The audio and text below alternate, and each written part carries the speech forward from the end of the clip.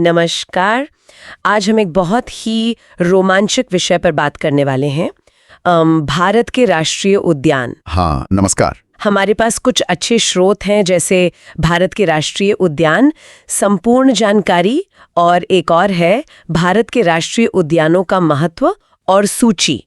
तो इन्हीं के आधार पर आज हम थोड़ी गहराई में उतरेंगे। बिल्कुल। इरादा यही है कि समझें कि ये उद्यान क्यों जरूरी हैं और भारत के कुछ सबसे कह सकते हैं अनोखे पार्कों को जानें।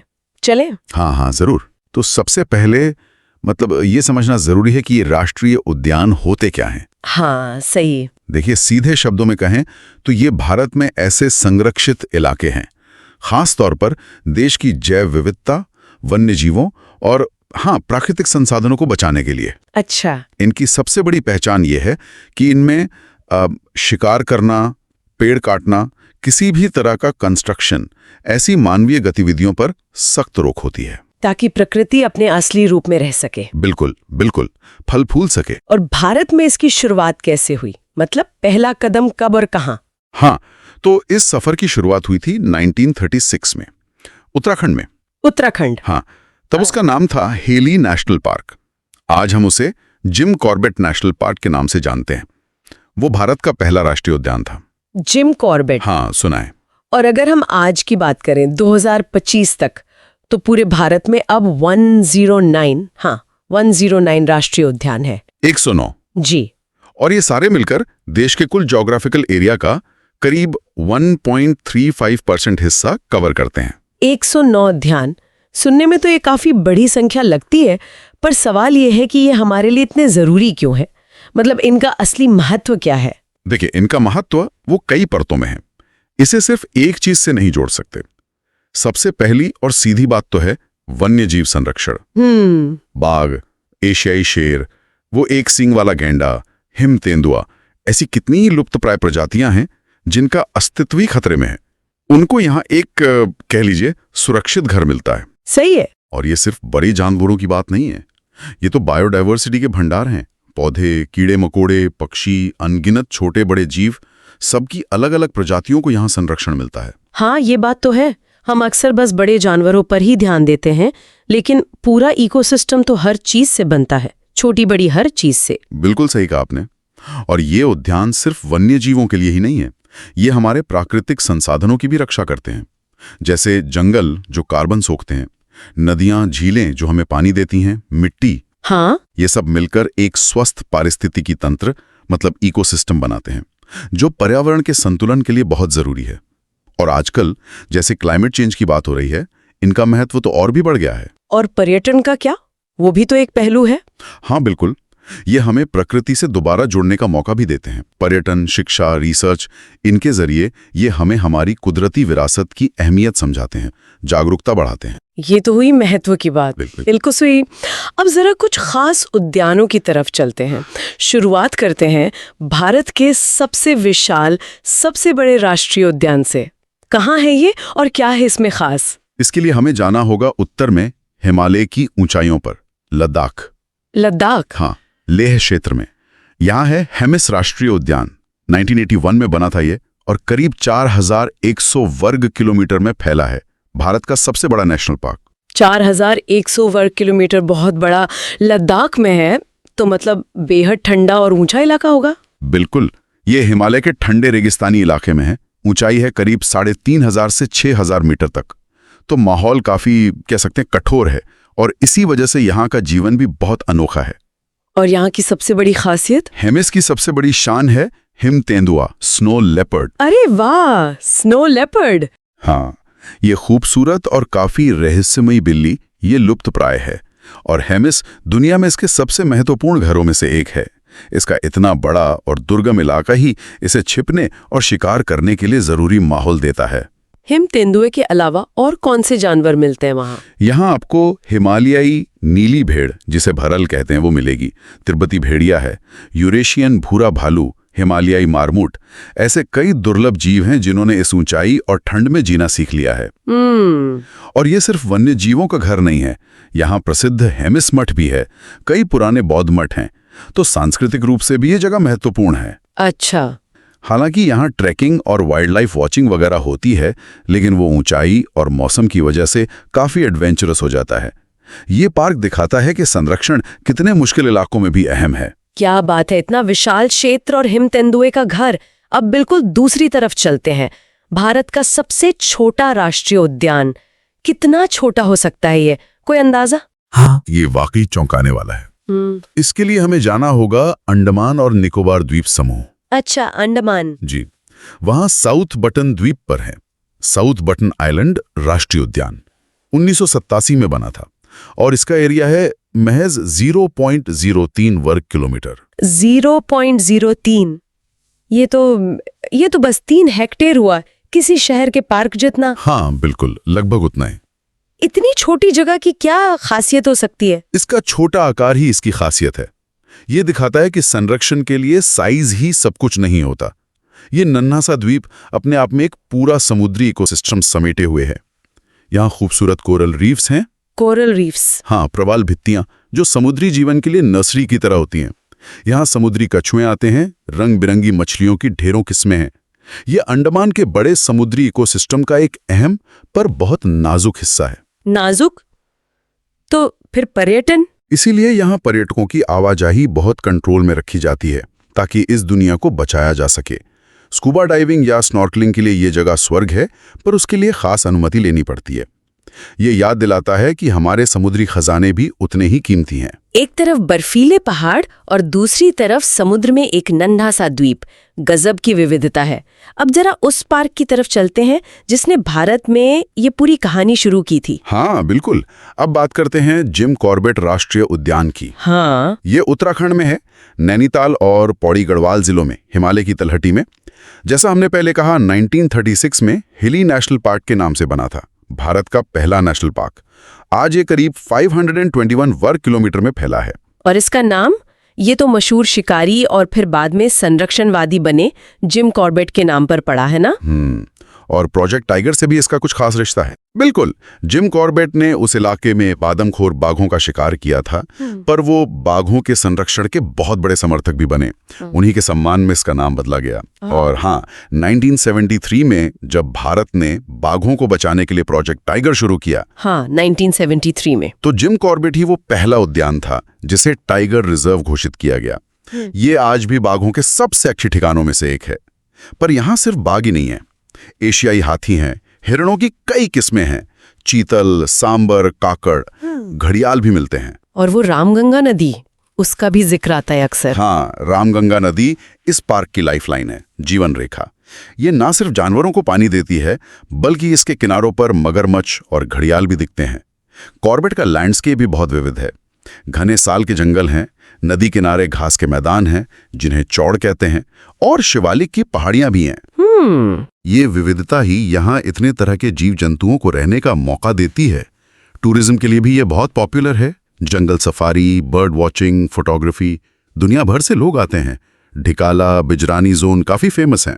सही है। ये पार्क दिखाता है कि कैसे संरक्षण और पर्यटन में संतुलन बनाया जा सकता है। हालांकि ये हमेशा एक चुनौती तो रहती ही है। वाकई दिलचस्प। अब एक ऐसे पार्क के बारे में सुनते हैं जो बिल्कुल ही अनोखा है। हमारे स्रोतों में जिक्र है कि भारत में एक तैरता हुआ राष्ट्रीय उद्यान भी है। ये कैसे मुमकिन है? हाँ, ये सचमुच प्रकृति का एक अजूबा है। हम बात कर रहे हैं मणिपुर के केइबुल लामजाओ राष्ट्रीय उद्यान की। केइबुल लामजाओ, मणिपुर में? जी, विष्णुपुर जिले में खूबसूरत लोकटक झील के दक्षिणी हिस्से में है। ये 1977 में बना था और एरिया है 40 वर्ग किलोमीटर। तैरता हुआ उद्यान, ये तैरता कैसे है? मतलब क्या है ये? इसकी खासियत है फुमदी। फुमदी? पदार्थों के घने तैरते हुए द्वीप जैसे हैं जो झील की सतह पर किसी कालीन की तरह बिछे रहते हैं। अरे, ये पूरा उद्यान इन्हीं तैरती हुई फुमदियों पर बसा है और इसीलिए इसे दुनिया का एकमात्र तैरता हुआ राष्ट्रीय उद्यान कहते हैं। ये बहुत ही अनोखा और हाँ, बहुत नाजुक इकोसिस्टम है। गजब। और यहाँ का कोई खास निवासी भी है क्या? कोई जानवर जो यहीं मिलता हो? हाँ, और वो भी बहुत खास। ये उद्यान संगाई हिरन का दुनिया में एकमात्र प्राकृतिक घर है। संगाई हिरन? जी, संगाई हिरन, जिसे उसकी कूदने की स्टाइल की वजह से डांसिंग डियर या नाचने वाला हिरन भी कहते हैं, ये मणिपुर का राज्य पशु है और गंभीर रूप से लुप्तप्राय है। अच्छा। इनका पूरा जीवन इन्हीं तैरती फुम्दियों पर निर्भर है। यही फुम्दी इन्हें खाना और छिपने की जगह देती हैं। संगाई के अलावा ये पार्क पानी के पक्षियों और प्रवासी पक्षियों के लिए भी एक जरूरी ठिकाना है। लोकटक झील खुद एक रामसर साइट है, मतलब अंतर्राष्ट्रीय महत्व की आर्द्रभूमि है। यहाँ नाव पर बैठकर इन फुम्दियों के बीच घूमना और संगाई हिरण की एक झलक पाना, वो एक यादगार अनुभव होता है। केबुल लामजाओ हमें प्रकृति की अनुकूलन क्षमता और संरक्षण की जरूरत दोनों का पाठ पढ़ाता है। ये तो वाकई अविश्वसनीय है। तैरता हुआ पार्क, हमने विशाल हिमिस देखा, नन्हा साउथ बटन, पहला कॉर्बेट और ये अनोखा केबुल लामजाओ। लेकिन भारत की कहानी यहीं खत्म नहीं होती। चलिए पूर्वोत्तर में चलते हैं, असम। काजीरंगा का नाम सुनते ही एक खास जानवर का ख्याल आता है ना? बिल्कुल बिल्कुल। काजीरंगा राष्ट्रीय उद्यान का नाम लेते ही जहन में एक सींग वाले भारतीय गैंडे की तस्वीर उभरती है। हाँ। असम में ब्रह्मपुत्र नदी के किनारे है ये पार्क, और ये दुनिया में एक सींग वाले गैंडों की सबसे बड़ी आबादी का घर है। आप मानेंगे, लगभग 2/3 गैंडे यहीं पाए जाते हैं। 2/3? ये तो बहुत बड़ी सफलता है। हाँ, ये भारत की वन्य जीव संरक्षण की सबसे बड़ी सफलताओं में से एक मानी जाती है। 1905 में यहाँ सिर्फ कुछ दर्जन गैंडे बचे थे और आज हजारों हैं। ये यूनेस्को की विश्व धरोहर स्थल भी है, एक है। इसके अलावा एशियाई हाथी हैं, जंगली भैंसे हैं, दलदली हिरण यानी स्वैम्प डियर भी अच्छी खासी संख्या में है। ब्रह्मपुत्र नदी और यहाँ के जो ऊंचे घास के मैदान हैं, जिन्हें एलिफेंट ग्रास कहते हैं, और जंगल, ये सब मिलकर एक अनूठा इकोसिस्टम बनाते हैं। हालांकि हर साल ब्रह्मपुत्र में जो बाढ़ आती है वो यहाँ के जानवरों के लिए एक बड़ी चुनौती भी है, पर वही बाढ़ इस इकोसिस्टम को जिंदा भी रखती है। अच्छा। काजीरंगा हमें सिखाता है कि कैसे अगर कोशिश की जाए तो किसी प्रजाति को विलुप्त होने से बचाया जा सकता है। पूर्वोत्तर से अब चलते हैं पश्चिम की ओर, गुजरात। यहाँ एक ऐसा राष्ट्रीय उद्यान है जो एक शाही जानवर का आखिरी घर है। हाँ, आप गिर वन राष्ट्रीय उद्यान की बात कर रही हैं। जी। गुजरात के सौराष्ट्र इलाके में ये सूखा पर्णपाती जंगल, ये दुनिया में एशियाई शेरों का एकमात्र प्राकृतिक घर बचा है। एकमात्र? जी हाँ। एक जमाना था जब एशियाई शेर मिडिल ईस्ट से लेकर भारत तक फैले हुए थे, लेकिन शिकार और उनके रहने की जगह खत्म होने की वजह से ये सिर्फ गिर के जंगलों तक सिमट कर रह गए। तो ये भी एक तरह की संरक्षण सफलता की कहानी हुई। निश्चित रूप से।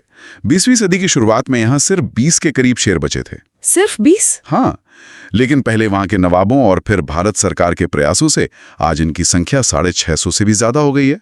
ये तो बहुत अच्छी बात है। गिर का इकोसिस्टम भी काफी अनोखा है। कांटेदार जंगल हैं, घास के मैदान हैं, पानी के स्रोत हैं। ये शेरों के साथ साथ तेंदुआ, सांभर, चीतल, नीलगाय, चिंकारा जैसी प्रजातियों को भी सहारा देते हैं। और हाँ, यहाँ एक और खास बात है, मालधारी समुदाय। मालधारी? हाँ, ये चरवाहे हैं जो सदियों से शेरों के साथ इसी जंगल में रहते आए हैं। उनका रिश्ता, संघर्ष और सहिष्णुता दोनों का एक अनूठा उदाहरण है। गिर हमें याद दिलाता है कि कैसे एक सीमित जगह में भी किसी बहुत महत्वपूर्ण प्रजाति को बचाया जा सकता है। हालांकि इसमें वो एक ही टोकरी में सारे अंडे वाला जोखिम भी रहता है। सही कहा। और अब बात करते हैं एक ऐसे जंगल की जो जमीन और पानी के संगम पर है, सुंदरबन। सुंदरबन राष्ट्रीय उद्यान ये भारत के पश्चिम बंगाल और बांग्लादेश दोनों में फैला है और ये दुनिया का सबसे बड़ा मैंग्रोव जंगल है। सबसे बड़ा मैंग्रोव जंगल? हाँ, ये गंगा, ब्रह्मपुत्र और मेघना नदियों के डेल्टा पर बना है। ये भी यूनेस्को की विश्व धरोहर स्थल है। यहाँ की खासियत है इसके मैंग्रोव पेड़, जो खारे पानी में उगने के लिए खास तौर पर अडेप्टेड होते हैं। उनकी जो जटिल जड़ें होती हैं वो अनगिनत जीवों को आसरा देती हैं। और यहाँ का राजा रॉयल बंगाल टाइगर? बिल्कुल, सुंदरबन रॉयल बंगाल टाइगर का एक बहुत महत्वपूर्ण गढ़ है। लेकिन यहाँ के बाघ दुनिया के बाकी भागों से थोड़े अलग हैं। ये पानी में तैरने और मैंग्रोव की कीचड़ वाली जमीन पर चलने में माहिर होते हैं। अच्छा। उनका व्यवहार, उनके शिकार करने का तरीका, वो सब इस अनोखे माहौल के हिसाब से ढल गया है। बाघों के अलावा यहाँ खारे पानी के मगरमच्छ हैं, चित्तीदार हिरण, फिशिंग कैट यानी मछली पकड़ने वाली बिल्ली, और पक्षियों की तो सैकड़ों प्रजातियां हैं। सुंदरबन एक बेहद जरूरी लेकिन बहुत नाजुक इकोसिस्टम है। ये तटों को समुद्री तूफानों से बचाता है, पर क्लाइमेट चेंज और समुद्र का बढ़ता जलस्तर इससे इसे गंभीर खतरा है। यहाँ इंसान और बाघों के बीच संघर्ष भी एक बड़ी चुनौती है। हाँ, ये तो सुना है। सुंदरबन हमें मैंग्रोव जैसे इकोसिस्टम की रक्षा और क्लाइमेट चेंज के प्रभावों के बारे में सोचने पर मजबूर करता है। ये तो कुछ मुख्य आकर्षण थे, कुछ सबसे प्रसिद्ध और अनोखे उद्यान। पर जैसा आपने शुरू में बताया था, कुल 109 उद्यान हैं। तो ये पूरे भारत में फैले कैसे हैं? मतलब क्या इनका वितरण एक जैसा है? नहीं, बिल्कुल नहीं। इनका वितरण काफी असमान है। जैसा हमने कहा, 2025 तक कुल 109 राष्ट्रीय उद्यान हैं। अगर राज्य के हिसाब से देखें तो सबसे ज्यादा 11 राष्ट्रीय उद्यान मध्य प्रदेश में है। मध्य प्रदेश? अच्छा, टाइगर स्टेट। हाँ बिल्कुल, उसे टाइगर स्टेट भी कहते हैं। इसके बाद अंडमान और निकोबार द्वीप समूह में 9 उद्यान हैं, जिनमें कई समुद्री या द्वीपीय पार्क शामिल है। और असम 8 उद्यानों के साथ तीसरे नंबर पर है, जहां काजीरंगा और मानस जैसे पार्क हैं। क्या ऐसे भी राज्य या केंद्र शासित प्रदेश हैं जहां एक भी राष्ट्रीय उद्यान नहीं है? हाँ, कुछ हैं, जैसे पंजाब, दिल्ली, चंडीगढ़, दादरा और नगर हवेली तथा दमन और द्वीप, लक्षद्वीप और पुदुचेरी। इन जगहों पर फिलहाल कोई राष्ट्रीय उद्यान नहीं है। हो सकता है वहां वाइल्ड लाइफ सेंचुरी या दूसरे प्रोटेक्टेड एरिया हों, पर नेशनल पार्क नहीं है। हमारे स्रोतों में तो सभी 109 उद्यानों की पूरी लिस्ट दी गई है, उनके एरिया और कब बने उस जानकारी के साथ। जाहिर है हम यहाँ सब पर तो बात नहीं कर सकते, पर क्या कोई और खास जिक्र करना चाहेंगे? जैसे भारत का पहला समुद्री राष्ट्रीय उद्यान? हाँ, ये एक जरूरी फैक्ट है। भारत का पहला मरीन नेशनल पार्क यानी समुद्री राष्ट्रीय उद्यान गुजरात में कच्छ की खाड़ी में 1982 में बना था। कच्छ की खाड़ी? जी, ये कोरल रीफ्स, मैनग्रोव्स, सीवीड और डॉल्फिन, व्हेल शार्क जैसी समुद्री प्रजातियों के संरक्षण के लिए जाना जाता है। स्रोतों में दी गई पूरी लिस्ट वाकई बहुत डिटेल्ड है। जो लोग कॉम्पिटिटिव एग्जाम की तैयारी कर रहे हैं या इस विषय में गहरी रुचि रखते हैं, उनके लिए बहुत अच्छा रिसोर्स है। ये लिस्ट दिखाती है कि भारत ने रेगिस्तान से लेकर वर्षावन, पहाड़ों से लेकर समुद्र तक हर तरह के इकोसिस्टम को बचाने की कोशिश की है। तो आज की इस पूरी चर्चा को अगर समेटें तो हम क्या कह सकते हैं?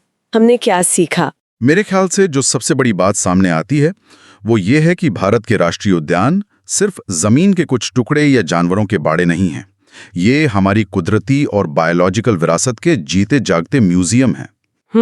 हमने देखा कि इनमें कितनी विविधता है, विशाल हेमिस से लेकर नन्हे साउथ बटन तक, पहले कॉर्बेट से लेकर अनोखे तैरते क्यूबल लामजाओ तक, फिर गैंडों का काजीरंगा, शेरों का गिर, बाघों का सुंदरबन। हाँ, हर एक की अपनी कहानी। बिल्कुल, ये उद्यान न केवल लुप्तप्राय प्रजातियों को बचाते हैं, बल्कि पूरे के पूरे इकोसिस्टम को स्वस्थ रखते हैं और हमें हमारी प्राकृतिक दुनिया की अहमियत का एहसास कराते हैं। और इनका महत्व सिर्फ प्रकृति और वन्य जीवों तक ही नहीं है, जैसा आपने पहले भी इशारा किया था। बिल्कुल नहीं, इन्हें हमें बड़े परिप्रेक्ष्य में देखना होगा।